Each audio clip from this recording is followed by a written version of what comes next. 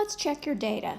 I went ahead and filled in the values for the next two spots, and you can see I got a VT ratio of 0.067, and then I got a VT ratio at 60 degrees, at my target of 60 degrees for 0.066. So I have a nice trend going on, and I'm feeling very happy.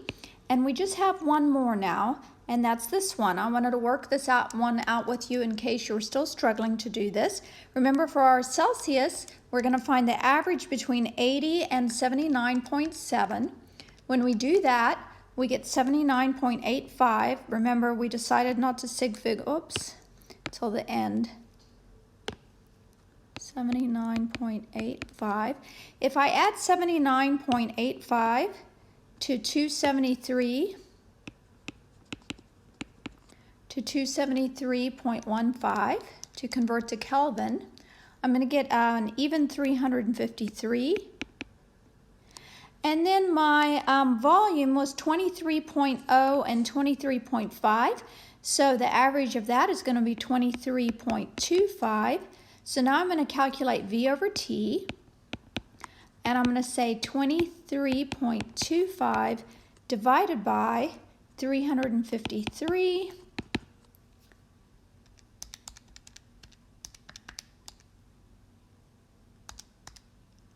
And I get 0.066. So right now, I'm feeling really, really happy. Why? Because Charles' law says that for a given system, and in this case, our system was this, for a given system, as volume goes up, temperature goes up, and as volume goes down, temperature goes down, or vice versa, and that the ratio of the volume to temperature will be a constant. And I'd say getting 0.067, 0.066, 0.067, 0.066, 0.066 is a huge success. So congratulations to kitchen science. Now what I want you to do is I want you to graph these results. So you're going to graph V versus T. So I'll get you started on the graph. Let's see. We're going to graph V versus T.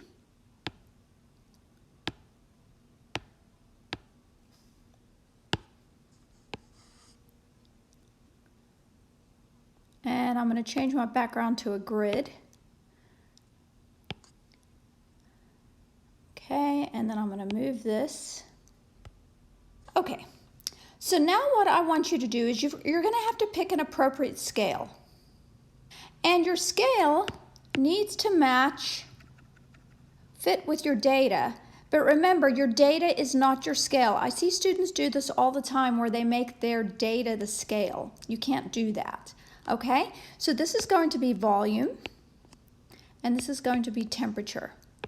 And on a graph, we always put our units in. Our volume here was in milliliters, and our temperature was in Kelvin. Okay, now you notice that our temperature range started at 279. Our range was from 279 all the way up to 353. So you can start your graph at 275 if you want. Okay, so let's start our graph at 275. And then I want you to pick a scale that lets you go from 275 to, let's say, 355. And I want you to pick a scale of even increments to go from 275 to 355. And then for your volume, our volumes went from 18.75 to 23.25. So 18.75 to 23.25. So what if we start our volumes at 18 and we go up to 24? Okay, that would be pretty easy. Okay, so I'm going to leave you to it, and I want you to come up with a scale of increments that go from 18 to 24, and nice equal increments, and then on the bottom from 275 to 355, and then I'll come back.